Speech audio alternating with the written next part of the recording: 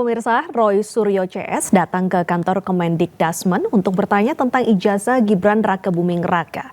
Namun rencana Roy Suryo CS ini kandas lantaran gagal bertemu dengan wakil Mendikdasmen.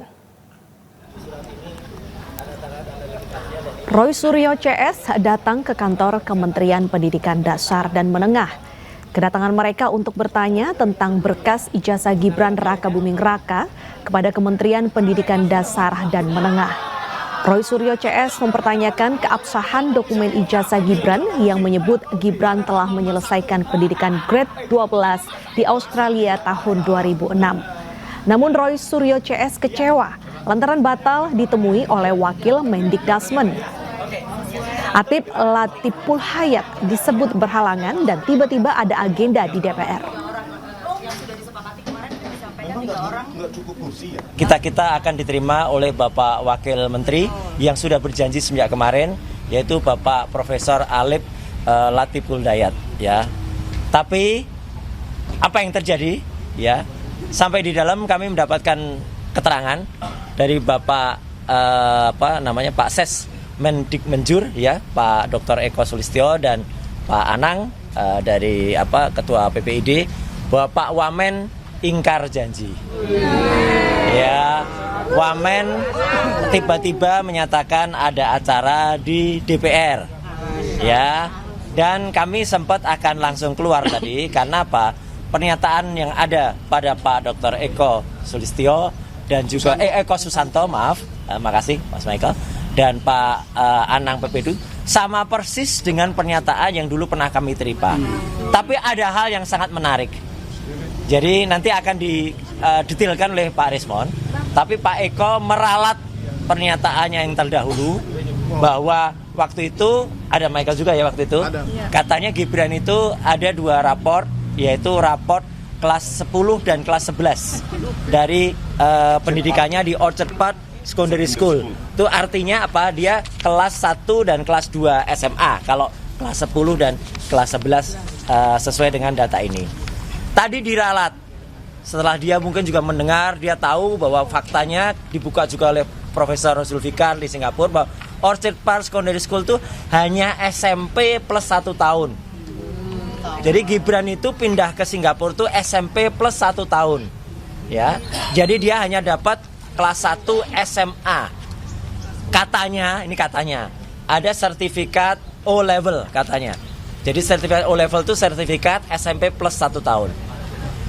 Faktanya, terus terang teman-teman semua, nggak usah kecewa, ya, sama kekecewaannya dengan saya kami di dalam, tidak ada satupun berkas yang ditunjukkan. Kami sangat kecewa, ya. Pejabat publik setingkat Wamendikdasmen berjanji kemarin kepada kita pukul 3 sore. Ya, dia yang berjanji, dia yang mengingkari. Itu sebuah kebiasaan di Republik ini, ya. Oleh karena itu kita menanti sampai besok, ya, jawaban ya atau tidak, bersedia atau tidak untuk menerima kami. Kalau tidak bersedia, apa jawabannya? Kalau bersedia kapan? Jadi kami tunggu, ya, kepada Wamendikdasmen Profesor Alip. Ya, itu Alip satu. Latiful. Ya. Poin yang kedua, ya, Dr. Eko Sulistyo pada pertemuan kami terakhir mengatakan bahwa Gibran mengambil 2 tahun di Orchard Park Secondary School yang disetarakan menjadi kelas 10 dan kelas 11. Dan hari ini, dulu ya, terakhir kami bertemu 2 minggu yang lalu, dan sekarang dikoreksi menjadi kelas 9 dan kelas 10, alias kelas 1 SMA. Ya, setara dengan kelas 1 SMA.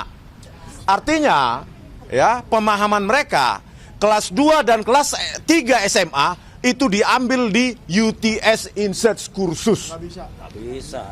Di dalam web arsip, ya, silabus UTS Insearch tahun 2006, ya, yang dikatakan Gibran menempuh kursus di sana, itu hanya ada 2 course, yaitu English course atau diploma. Dan Gibran katanya di sana menempuh diploma. Diploma itu D1, D2, D3. Bagaimana mungkin Ditjendikdasmen saat itu menyetarakan itu menjadi kelas 11 dan kelas 12? Sementara itu, pegiat media sosial Dr. Tifauzia Tiasuma atau yang dikenal dengan Dr. Tifa tengah menyusun penelitian terkait silsilah leluhur Presiden ke-7 Indonesia Joko Widodo. Penelitian itu dilakukan berdasarkan banyaknya rumor dan versi yang berbeda mengenai asal-usul Jokowi yang berada di masyarakat selama bertahun-tahun.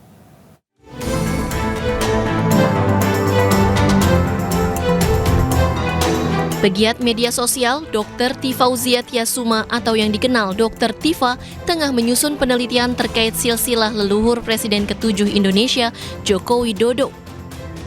Sebagai peneliti, Dr. Tifa memiliki tanggung jawab untuk mencari kebenaran dan menyajikan informasi faktual tentang banyaknya rumor dengan versi berbeda mengenai asal-usul Jokowi. Menurutnya, hal ini ia teliti demi kepentingan sejarah nasional. Penelitian ini menyangkut sosok seseorang. Yang seseorang itu tentu saja dilahirkan dari ayah, dari ibu, dia punya kakek, dia punya nenek yang sangat penting ya menjadi bagian dari penelitian kultur, historis dan budaya. Nah, kami itu Ibu bisa diam, Ibu, ya. Ibu bisa diam ya, supaya telinga Ibu bisa mendengarkan apa yang saya sampaikan. Jangan. Ya. Jadi penelitian ini tentu saja karena menyangkut jejak masa lalu seseorang, maka kita perlu tahu data otentik, data objektif ya dari bapak dan ibunya, dari kakek dan neneknya, dan seterusnya. Maka tidak saja makam, kami juga berkunjung ke rumah kediaman yang dikatakan disitulah Joko Widodo lahir, ari-arinya pun juga ditanam di situ. Kami pun juga berkunjung ke situ. Keren sekali itu. Untuk melakukan penelitian tersebut. Jadi tugas peneliti itu adalah menjawab pertanyaan. Selama belasan tahun kita mendengar rumors, kita mendengar banyak kabar-kabar, termasuk siapa sesungguhnya ayah Jokowi, ibunya Jokowi, siapa di mana sesungguhnya dia lahir. Karena banyak sekali versi, maka tugas kami sebagai peneliti menemukan kebenaran yang ada sehingga menjadi sejarah yang bagus bagi bangsa ini. Dokter. Meski demikian, Tifa menegaskan penelitian tersebut masih dalam tahap awal, yakni pengumpulan data. Ia belum menyampaikan hipotesis atau kesimpulan sementara dari riset yang dilakukan. Tim Liputan iNews melaporkan. Bolos ratusan hari dalam setahun, belasan ASN di Subang, Jawa Barat dipecat. Namun meski dipecat, sejumlah ASN ini tetap mendapatkan uang pensiun karena pemecatan dilakukan dengan hormat dan dinilai mempunyai masa kerja cukup lama.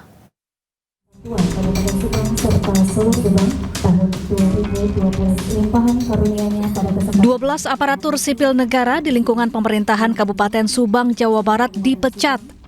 Belasan ASN ini terbukti kerap membolos alias tidak masuk kerja tanpa alasan yang jelas. Tak tanggung-tanggung, dalam setahun mereka bolos selama ratusan hari. Padahal mereka tetap menerima gaji dari negara. Bupati Subang menyebut pihaknya menerima laporan ada 500 ASN yang bertindak tidak disiplin dan akan dibina. Saya tidak main-main, Pak. Hari ini kita hitung ada 500. Yang apa?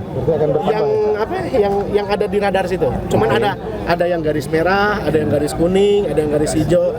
Nanti kedepannya yang 500 ini yang masih bisa kita maafkan akan kita beri punishment mereka ditempatkan di tempat-tempat yang langsung terjun di lapangan. Misalkan saya tempatkan jadi pengawas angkutan truk di Dishub. Itu udah mulai atau belum? Ini sedang kita evaluasi, sedang kita godok, kita persiapkan orang-orangnya. Nanti juga ada yang standby misalkan di tangkuban perahu untuk karena kita jujur di Dishub hari ini kita kekurangan orang. Makanya kenapa truk dari kemarin masih sering banyak yang bandel karena kita kekurangan orang. Petugas di Dishub kita hanya 40 se-Kabupaten Subang yang ada di lapangan. Namun meski dipecat, beberapa ASN tetap mendapat uang pensiun.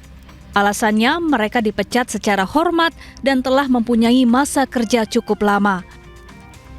Dari Subang, Jawa Barat, Yudi Heriawan Juanda, iNews melaporkan.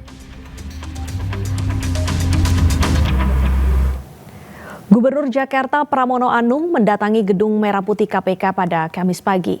Kedatangannya dalam rangka untuk berkonsultasi terkait upaya pembongkaran dan pembersihan tiang monorel dan persoalan tanah rumah sakit Sumber Waras.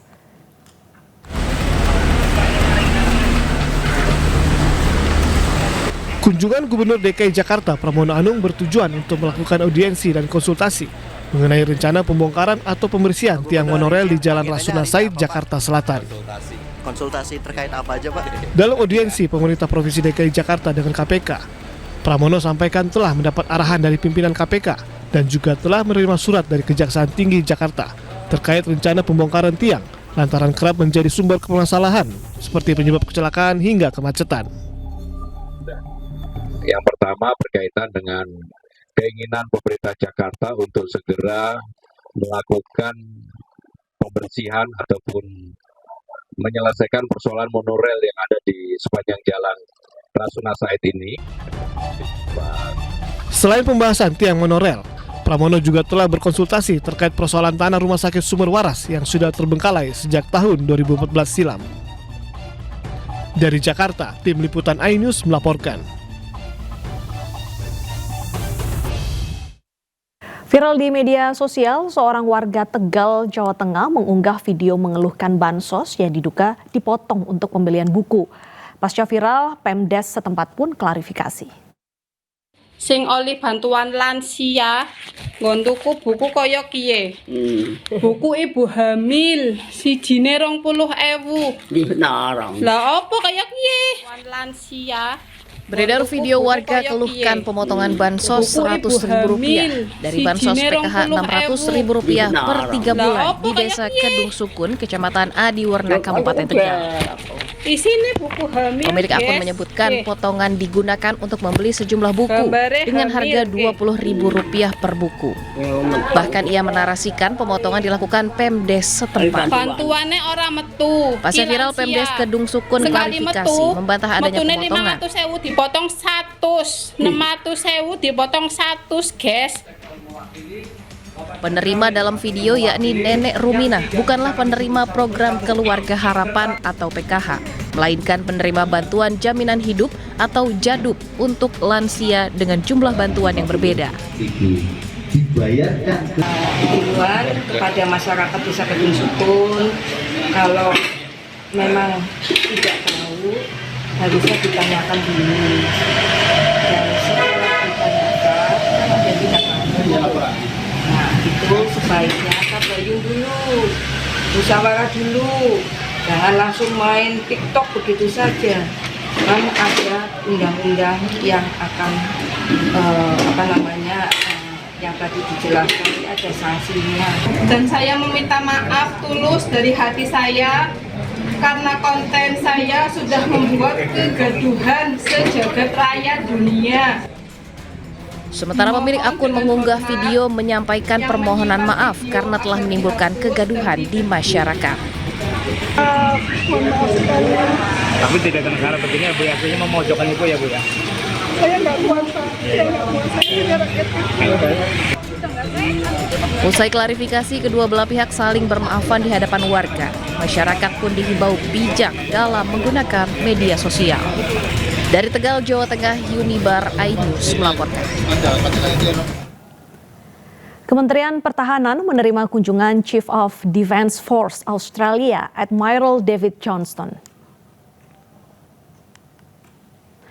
Pertemuan dilakukan di kantor Kementerian Pertahanan Jakarta Pusat. Kehadiran Admiral Johnston disambut Wamenhan Doni Enawan Taufanto. Acara dimulai dengan mendengarkan lagu kebangsaan kedua negara. Pertemuan antara dua negara ini berlangsung tertutup. Sejumlah kerjasama strategis di bidang pertahanan pun dibahas dalam pertemuan di Kementerian Pertahanan.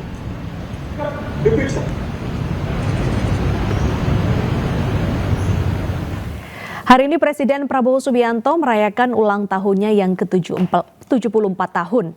Presiden ke-7 RI ini, Joko Widodo, Presiden ke-7 Republik Indonesia Joko Widodo turut menyampaikan ucapan selamat ulang tahun kepada Presiden Prabowo. Ucapan selamat ulang tahun disampaikan Jokowi usai menghadiri Disnatalis Fakultas Kehutanan UGM Yogyakarta Jumat siang. Jokowi menyampaikan selamat ulang tahun kepada Presiden Prabowo Subianto yang ke-74 tahun. Jokowi pun mendoakan Presiden Prabowo diberikan kekuatan dan kesehatan dalam mengemban tugas besar mengelola pemerintahan dan negara.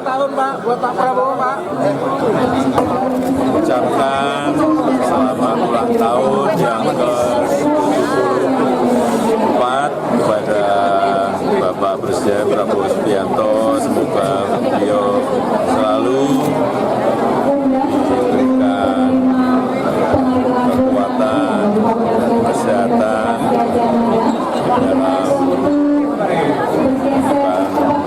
tugas besar memulai pemerintahan. Kementerian Kesehatan Gaza telah menerima 45 jenazah warga Palestina yang sebelumnya ditahan Israel. Informasinya usai jeda berikut.